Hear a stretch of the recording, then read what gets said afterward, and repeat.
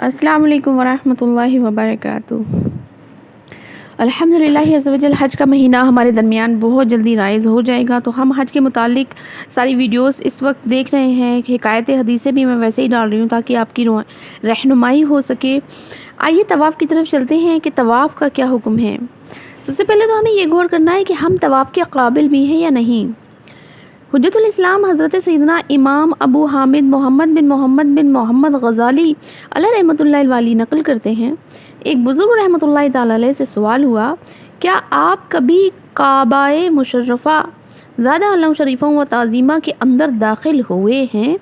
انہوں نے بطور انکساری فرمایا، کہاں بیت اللہ شریف اور کہاں میرے گندے قدم، میں تو اپنے قدموں کو بیت اللہ شریف کے طواف کے قابل بھی نہیں سمجھتا، کیونکہ یہ تو میں ہی جانتا ہوں کہ یہ قدم کہاں کہاں پر گئے ہیں اور کیسی کیسی جگہوں پر چلے ہیں۔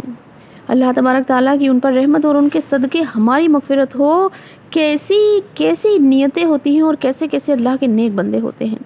ان کے دیار میں تو کیسے چلے پھرے گا، اے انسان تیری جرت کہ تو جائے گا مدینہ۔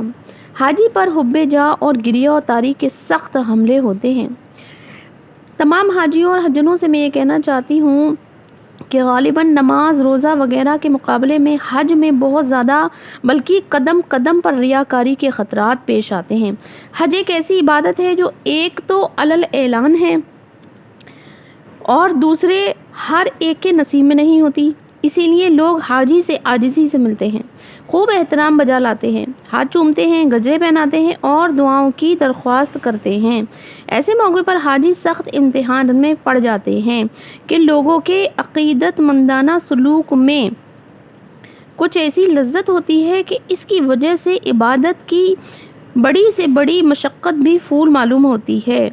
بسا اوقات بندہ حب جا اور ریاکاری کی تباہ کاری کی گہرائی میں گر چکا ہوتا ہے، اسے کانوں کان اس کی خبر تک نہیں ہوتی کہ اس کا جی چاہتا ہے کہ سب لوگوں کو میرے حج پر جانے کی اطلاع ہو جائے تاکہ وہ مجھ سے آ کر ملیں، مبارکبادیاں پیش کریں، تحفے دیں، میرے گلے میں پھولوں کے ہار ڈالیں، مجھ سے دعاؤں کے لیے عرض کریں، مدینے میں سلام کے لیے عرض کریں، گڑ گڑا کر درخواست کریں اور مجھے رخصت کرنے ایئرپورٹ وغیرہ تک آئیں۔ ایسی خواہشات کا ہجوم حاجی کے دل میں بسا اوقات شیطان کا کھلونا بن کر رہ جاتا ہے، لہٰذا شیطان کے وار سے خبردار رہتے ہوئے اپنے دل کے اندر خوب عاجزی پیدا کریے، نمائشی انداز سے خود کو بچائیے۔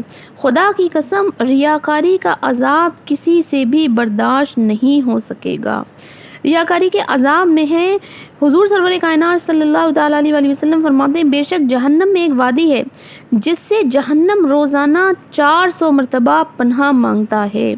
اللہ تبارک تعالیٰ نے یہ وادی امت محمدیہ صلی اللہ تعالیٰ علیہ وسلم کے ان ریاکاروں کے لیے تیار کی ہے جو قرآن پاک کے حافظ، غیر اللہ کے لیے صدقہ کرنے والے اور اللہ تبارک تعالیٰ کے گھر کے حاجی اور راہ خدا میں نکلے ہوئے جہاد کرنے والے ہیں۔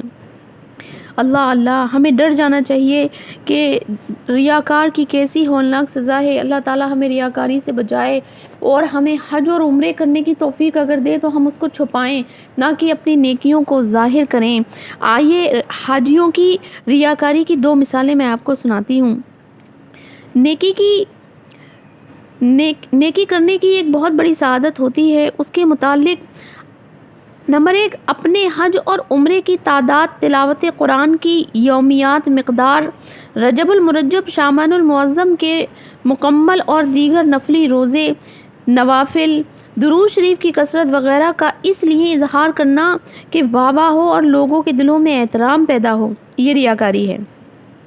دوسرا یہ ہے کہ اس لیے حج کرنا یا اپنے حج کا اظہار کرنا کہ لوگ حاجی کہیں، ملاقات کے لیے حاضر ہوں، گڑ گڑا کر دعاؤں کی التجا کریں، گجرے پہنائیں، تحائف دیں وغیرہ وغیرہ۔ تو اس طرح کی نیت بھی رکھنا یہ بھی ریاکاری ہے۔